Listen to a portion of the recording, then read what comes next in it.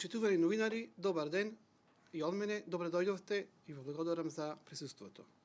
Националната федерација на фармери преку својот секторски систем за лобирање и оваа година ги анализираше состојбите во земјоделството и понатаму останува голем предизвик и проблем ниските откупни цени и овој тренд е забележителен во последните 10 години наназад, што ги доведува примарните земјоделски производители во ранлива положба во поглед на стопанските и деловните активности, како и нивниот животен стандард.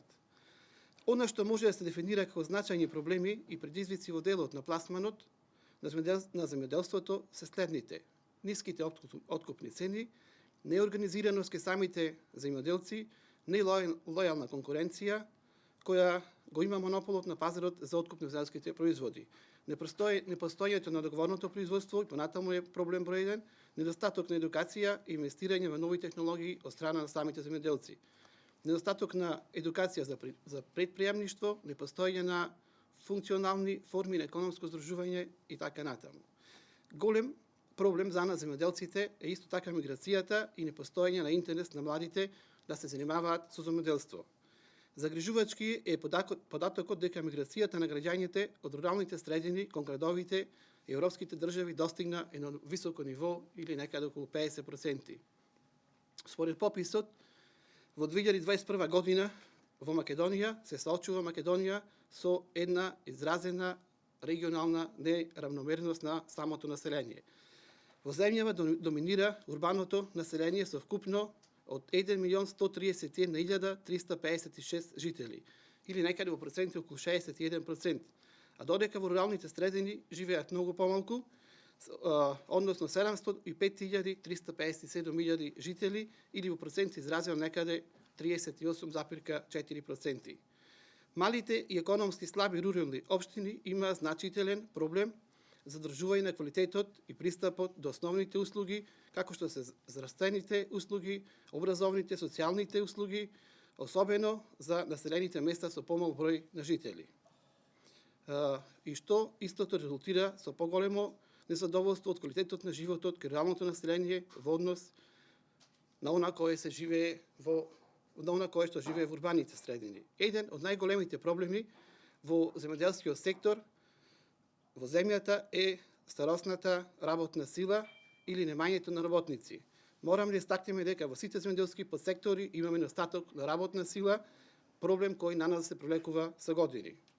И во најголем процент во земјоделскиот сектор се останати работници со возраст над 50 години. Таков наметнат тренд е каде што земјоделството е неатрактивна работа и не сакаат младите да бидат работници во овој сектор. Тоа негативно се одразува секако на продуктивноста, односно се намалува производството од една страна и сите земјоделци се наоѓаме, како што знаеме, со зголемен обем на работа и дополнителни нервози и стресови. Голем дел од фармерите се заинтересирани исто така за увоз на работници од трети земји.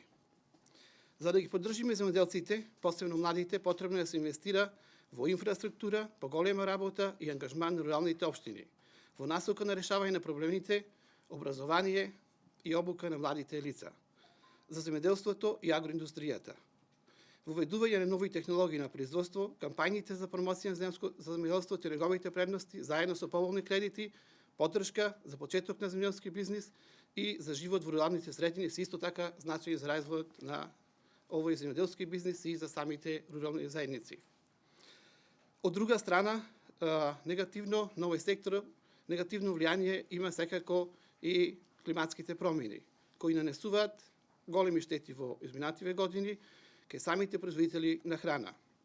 Сметаме дека во политиките и стратегиите за рурални средини треба посебно да се дадат акцент на климатските промени, кои навистина се голем проблем за нас земјоделците. Колебливоста на климата е веќе зголемена во Македонија и нашата држава веќе стана земја со висока изложеност на различни природни непогоди, како што се особено поплавите, сушите, екстремни температури, град, па и земјотреси. Годината што измина донесе неколку важни чекори. Донесена е Националната стратегија за консолидација на земјиштето 2025-2035, стратешки документ и инструмент на земјишната политика кој треба да ги поддржи по широките национални цели. како што се од прилагодување кон климатските промени, заштита на биолошката разновидност до одржав рурален развој. Сметаме дека оваа стратегија мора доследно да се имплементира. Добро е што веќе се воспостави практика секоја година да се објавува и да се дава приоритет на мерката 112 за млади земјоделци од програмата за рурален развој. Значајно исто така е ревидирањето на националната стратегија за земјоделство и рурален развој 2021-2027, што се подготвува исто така и што се подготвува новиот закон за земјоделство и рурален развој. Како Национална федерација на фармери ние активно учествуваме во неговото креирање и дефинирањето на делот на организации на производители, кои се добра економска форма на здржување на сите членители во земјоделскиот сектор. Таков пример ние видовме во Хрватска, каде што се здружени сите заедно производители, компании, преработувачи, задруги и здруженија. Добро е што новиот закон ќе биде согласен со директивите на ЕУ и ќе стави акцент за заеднички настап на пазарите, економско формирање, економски форми на здржување, справување со климатските промени, младите и дефинирање на земјоделството како вистинска професија. Континуирано се спроведува исто така и програмата за поттикнување на потрошувачката на свежо овошје, која ќе продолжи и во 2026 година. Се извинувам. Обезбедувајќи свежо овошје за децата во предучилишна возраст. Ние како федерација дадовме значаен придонес во овој процес, во споставување на оваа програма, секако со поддршка од Шведска и Шведската организација за развој Via Effect. И таа програма веќе станува двигател за формирање на производителите, за формирањето на групи на производители, процес кој треба да прерасне во системско решение. Особено охрабрувачки е што се поголем број земјоделци навистина живеат од земјоделство, се регистрираат како мали оператори со храна, додавајќи вредност на своите производи. Тука ја поздравувам секако и кампањата на македонско најдобро на Министерството за земјоделство, шумарство и стопанство, како и двете големи саемски манифестации кои беа организирани во рамките на оваа кампања. Овие се мерки кои директно го јакнат економскиот капацитет на земјоделците, особено на младите и на жените. Колку е важна оваа поддршка се потврди и на нашиот саем кој се одржа на 13 декември во City Mall, кој го организиравме исто така со поддршка на Шведска и Via Effect. Се покажа дека постои реална побарувачка на македонски земјоделски производи и нивни преработки, само треба да се изградат стабилни пазарни врски. Сакам да истакнам и уште една суштинска точка за земјоделството да стане препознатлива и почитувана професија, мора да се напреди економскиот и социјалниот статус на жените земјоделки и на земјоделците. Во таа насока како федерација силно се залагаме за донесување и промоција на програмата за поддршка социјална сигурност на жените кои вршат земјоделска дејност. Оваа програма се применува веќе трета година и ќе продолжи се додека не се воспостави трајно системско решение. Благодарение на заедничките напори, прагот на приходи за остварување на правото на програмата за 2025 година беше намален од 300.000 на 150.000 денари, а прагот за финансиска поддршка согласно програмите за финансиска поддршка во земјоделството се намали 100.000 на 50.000 денари. Ова е чекор што ќе овозможи на многу повеќе регистрирани земјоделки да ги искористат средствата да си го остварат своето право кој им следува право за мајчинство. Со програмата земјоделките конечно добија право на платен надомест кога поради раѓање се спречени да ја вршат земјоделската дејност. Воедно би сакале да укажеме дека од 2026 година посебно внимание треба да се даде на повеќе клучни приоритети. Потребна е засилена поддршка за јакнење на економските форми на здружување како што се организации на производители и земјоделски задруги. Овие форми се основа за заеднички настап на пазарот, поголема конкурентност и стабилно производство. Навремената исплата на субвенциите и поддршките од програмата за рурален развој мора да стане пракса. Овие средства се значајни за развојот на земјоделскиот сектор, за обезбедување квалитетна храна и домашни пазари, на домашните пазари и за извоз. Тука мора да се применува и календарот за исплата на овие субвенции. Го поздравуваме реагирањето на институциите за случајот за злоупотреба на ИПАРД програмата. Сметаме дека истрагата треба да се спроведе до крај и да се изречат соодветни санкции. Тоа е во интерес на сите, и на земјоделците, и на земјоделските компании, кои се најголеми корисници на ИПАРД.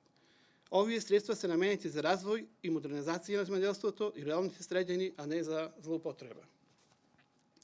Неопходни се поголеми поддршки и едукации за въведување нови технологии, што ќе им помогнат на земјоделците да се приспособат на климатските промени, како и сигурно време на функционирање на системите за наводнување. Потребно е да започне целосна промена на законот за советодавни услуги, бидејќи едукацијата и стручната поддршка се столб за напредок. Потребни се силни едукативни кампањи за въведување на говорно производство и производство кое е квалитетно и стандардизирано. Ова се суштински чекори за стабилни пазарни односи и предвидливи приходи. Потребно е развивање исто така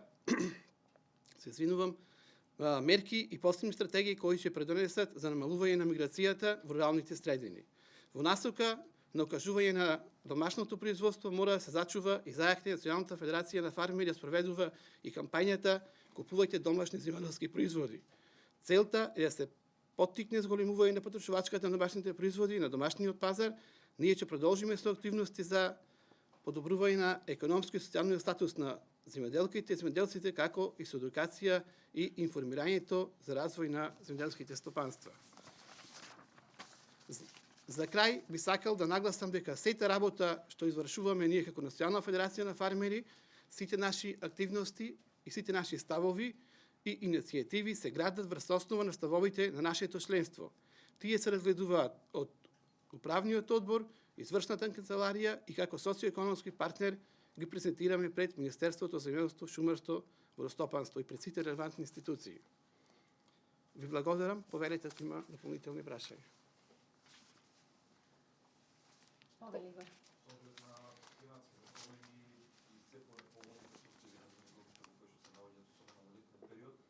се најавува реконструкција на